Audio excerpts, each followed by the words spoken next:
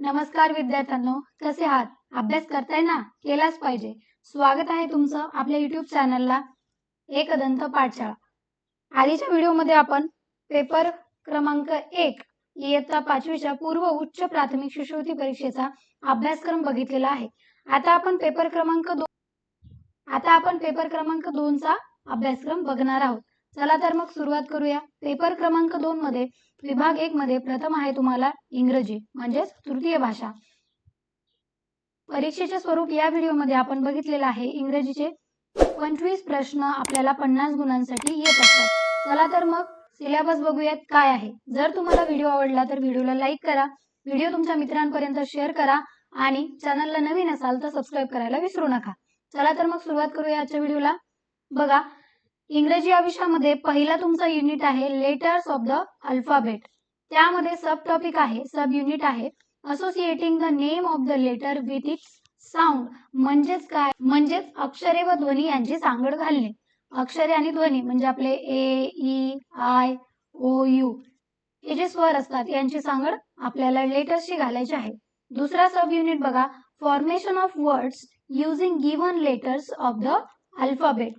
त्यानंतर आता बघा, हा पूर्ण जो पहिला युनिट आहे तो तुम्हाला पूर्ण वेटेजच्या 4% म्हणजे तुम्हाला किती मार्कांसाठी या टॉपिक वरती 1 ते 2 प्रश्न तुम्हाला बघायला मिळतात. त्यानंतर दुसरा युनिट आहे व्होकॅब्युलरी. व्होकॅब्युलरी मध्ये आपल्याला काय काय विचारणार आहेत ते व्होकॅब्युलरी मध्ये आपल्याला काय काय येणार आहे? Writing familiar related words with the given clues and pictures. Second बघा, correlating words with the picture.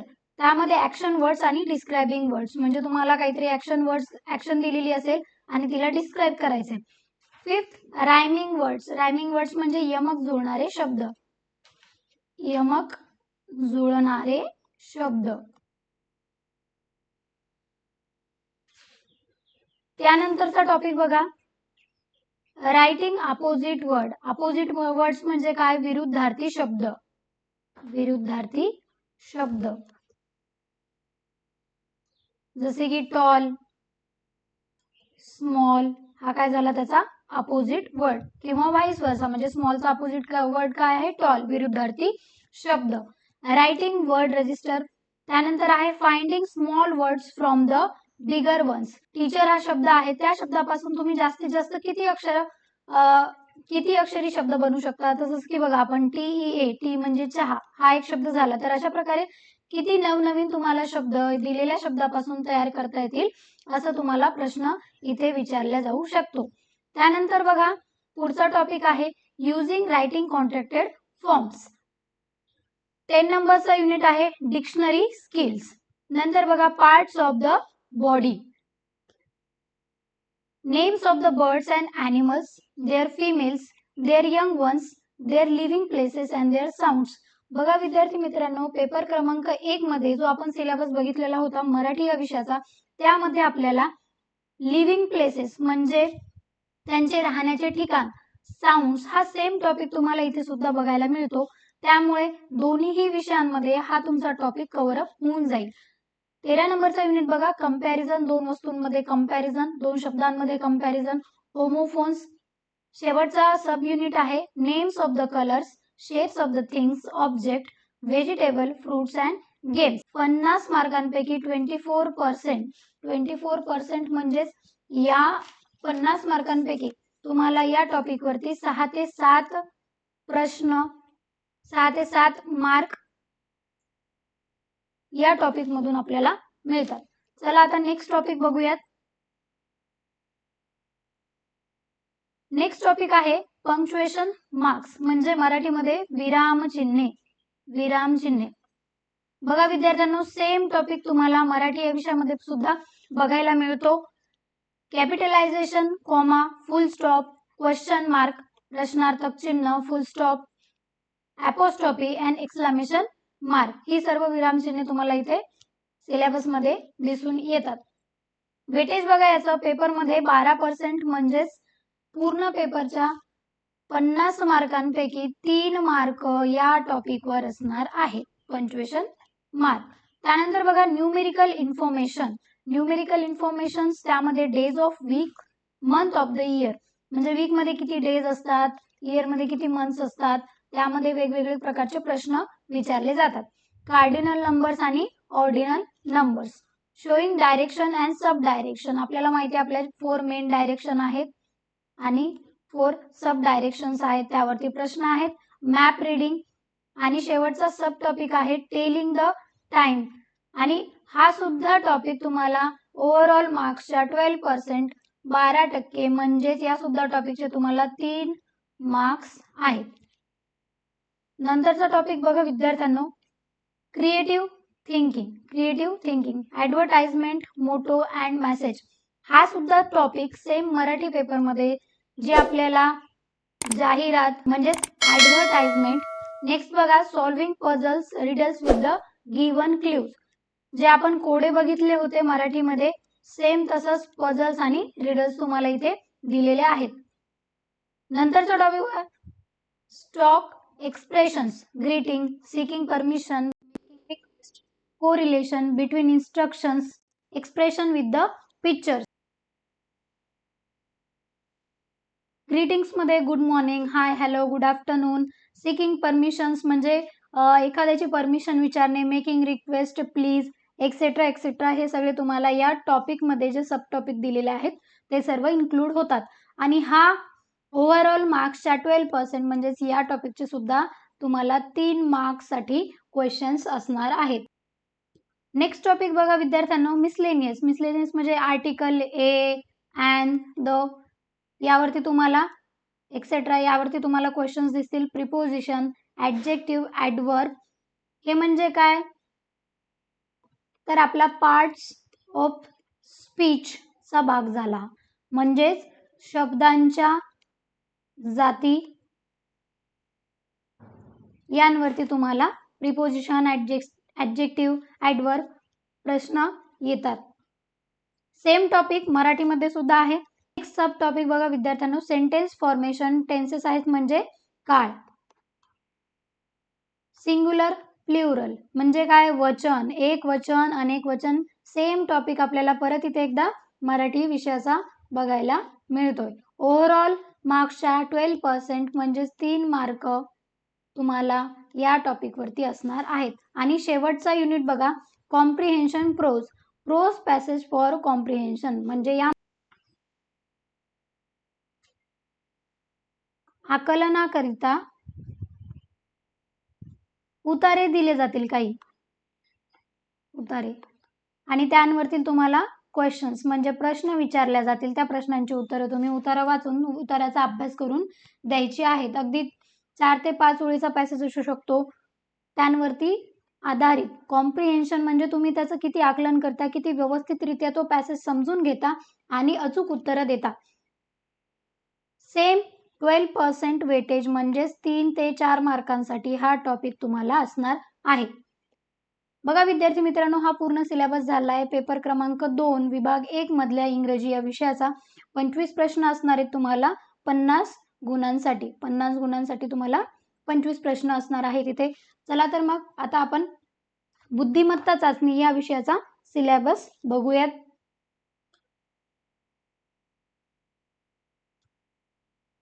सर्वांना माहितीच आहे विभाग 2 मध्ये बुद्धिमत्ता चाचणी 50 प्रश्न असतात या विषयाचे तुम्हाला आणि 100 गुण. एक क्वेश्चन 2 मार्कला. पहिला घटक बघा, आकलन, सूचना पालन, संख्या मालिका, इंग्रजी वर्णमाला, अक्षरमाला. वेटेज आहे तुमचं 8% म्हणजे 100 मार्कांपैकी तुम्हाला 8 मार्क 8 ते 9 मार्क या टॉपिक वरती मिळतील. दुसरा टॉपिक बघा विद्यार्थ्यांनो, वर्गीकरण, त्यामध्ये शब्द संग्रह, संख्या, आकृत्यांवरती काही प्रश्न विचारले जातील आणि ओव्हरऑल हा टॉपिक तुम्हाला 10% म्हणजे 10 मार्कांसाठी हा टॉपिक विचारला जातो.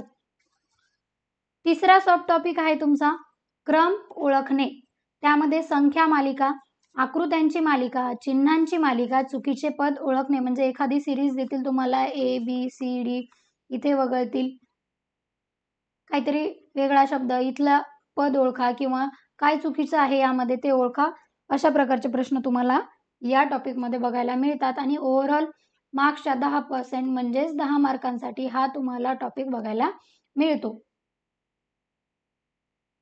नेक्स्ट टॉपिक आहे तर्कसंगती आणि अनुमान. तर्कसंगती आणि अनुमान यामध्ये वय, नातेसंबंध, इतर आकृत्या मोजणे, म्हणजे तुम्हाला समजा असा स्क्वेअर दिलेला आहे आणि यामध्ये चौरस किती आहे किंवा असा त्रिकोण दिलेला आहे, मग त्रिकोणांची संख्या काढा, किती संख्या आहे, नातेसंबंध, वय इत्यादी प्रश्न तुम्हाला तर्कसंगती व अनुमान या टॉपिकमध्ये पेपरसाठी बघायला मिळतात. आणि ओव्हरऑल वेटेजच्या 12% म्हणजे तुम्हाला 12 मार्कांसाठी हा टॉपिक पेपरमध्ये येणार आहे. पुढचा घटक बघा, प्रतिबिंब किंवा प्रतिमा. म्हणजे हा आरसा आहे, आता ए अक्षर आपण असं काढलेलं आहे तर आरशामध्ये ते कसं दिसणार, असं दिसेल. किंवा बी बघा, हा आरसा आहे, बी आरशामध्ये कसं दिसेल, तर हे असं दिसेल. आणि ते तुम्हाला ऑप्शनमध्ये 1 2 3 4 त्यापैकी तुम्हाला काय करायचं, अचूक उत्तर शोधायचं आहे.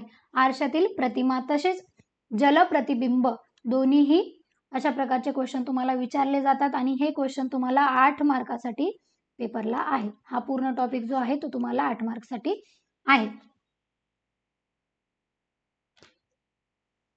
6 नंबरचा घटक आहे आपला समसंबंध. समसंबंध म्हणजे शब्दसंग्रह, आकृत्या आणि संख्या तिन्हींचा मिळून तुम्हाला एक सिरीज दिल्या जाते. शब्दांची असो किंवा आकृत्यांची असो किंवा संख्येची असो, त्यावरती तुम्हाला 10 मार्क्ससाठी क्वेश्चन विचारल्या जाणार आहे.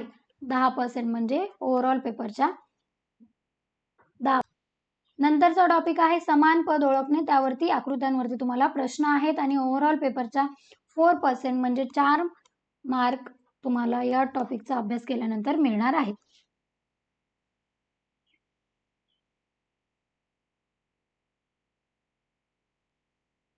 बघा विद्यार्थ्यांनो, समोरचा टॉपिक आहे आपला कूट प्रश्न. रांगेतील स्थान, दिशा, दिनदर्शिका, कोडे, वेन आकृती. बघा आता हे जे दिनदर्शिका आहे, आपण काल जो गणिताचा सिलेबस बघितलेला आहे त्यामध्ये सेम टॉपिक तुम्हाला कालमापन त्यामध्ये कॅलेंडर जे दिलेलं आहे, हा सेम टॉपिक तुम्हाला गणितामध्ये सुद्धा बघायला मिळतो. त्यामुळे दोन्हीही जे सेम टॉपिक आहे त्यांचा जर चांगल्या प्रकारे तुम्ही अभ्यास केला तर त्याचा फायदा तुम्हाला दोन्हीही पेपरसाठी होईल. पेपर क्रमांक 1 आणि पेपर क्रमांक 2. काही कोडे दिलेले असतील, त्यानंतर वेन आकृत्या. रांगेतील स्थान म्हणजे ए बी सी डी. ए हा बी च्या बाजूला आहे, बी चे स्थान ए पासून 3ऱ्या क्रमांकाला आहे, तर डी चे स्थान किती, अशा प्रकारचे वेगवेगळे प्रश्न तुम्हाला विचारले जातात.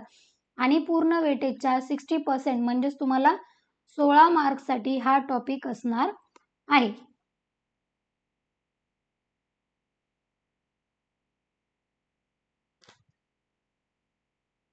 पुढचा टॉपिक बघा, गटाशी जोडणारे पद. त्यामध्ये शब्दांचा, आकृत्या आणि संख्या या 3 टॉपिकशी रिलेटेड तुम्हाला प्रश्न असणार आहेत आणि ओव्हरऑल वेटेज पैकी तुम्हाला 10% म्हणजे 10 मार्क्ससाठी हा टॉपिक असणार आहे. नेक्स्ट टॉपिक बघा, सांकेतिक भाषा. अक्षरांसाठी अक्षरांचा वापर, अक्षरांसाठी अंकांचा वापर, अक्षरांसाठी चिन्हांचा वापर, अक्षरांसाठी अंकांचा वापर, अंकांसाठी चिन्हांचा वापर. वेगवेगळ्या प्रकारचे तुम्हाला इथे अक्षरांसाठी, अंकांसाठी किंवा चिन्ह अशा वेगवेगळ्या प्रकारचे ए बरोबर 1, बी बरोबर 2 एक्सेट्रा अशा पद्धतीची उदाहरणं तुम्हाला इथे बघायला मिळतील. आणि हा टॉपिक तुम्हाला 8 मार्क्ससाठी पेपरमध्ये असणार आहे. सिलेबसमध्ये तुम्हाला हा 8 मार्क्ससाठी असणार आहे.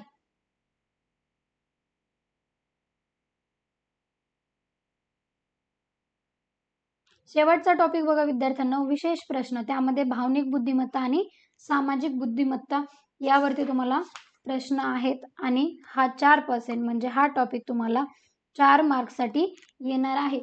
बघा विद्यार्थी मित्रांनो, ओव्हरऑल जो सिलेबस बघितलेला आहे त्यामध्ये इंग्लिशचा जर विचार केला तर 2nd नंबरचा टॉपिक वोकॅब्युलरी हा महत्त्वाचा आहे. त्यानंतर 12% साठी म्हणजे 12 मार्क्ससाठी तुम्हाला 3 4 5 जे सब युनिट आहेत आपले 6, त्यानंतर 7 8 हे पूर्ण टॉपिक तुम्हाला 3 मार्क्ससाठी असणार आहे. त्यामुळे तुम्हाला वोकॅब्युलरी हा टॉपिक अतिशय चांगल्या प्रकारे करणे गरजेचं आहे. त्यामध्ये बुद्धिमत्ता, त्यानंतर बुद्धिमत्ता जर बघितली तर सर्वात जास्त मार्क्स वर्गीकरण, क्रम ओळखणे, तर्कसंगती व अनुमान, त्यानंतर समसंबंध, कूटप्रश्न, गटाशी जुळणारे पद, सांकेतिक भाषा,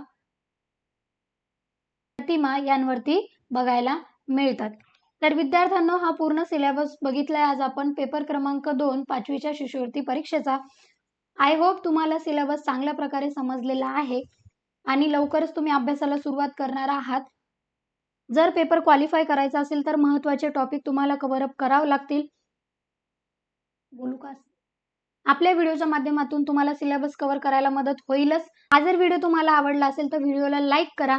तसेच हा व्हिडिओ तुमच्या मित्रांबरोबर शेअर करा, जेणेकरून त्यांनाही आपल्या स्कॉलरशिप परीक्षेचा सिलेबस माहिती होईल आणि त्यांनाही अभ्यास करण्यासाठी मदत होईल. आणि जर चॅनलला नवीन असाल तर चॅनलला सबस्क्राईब करा.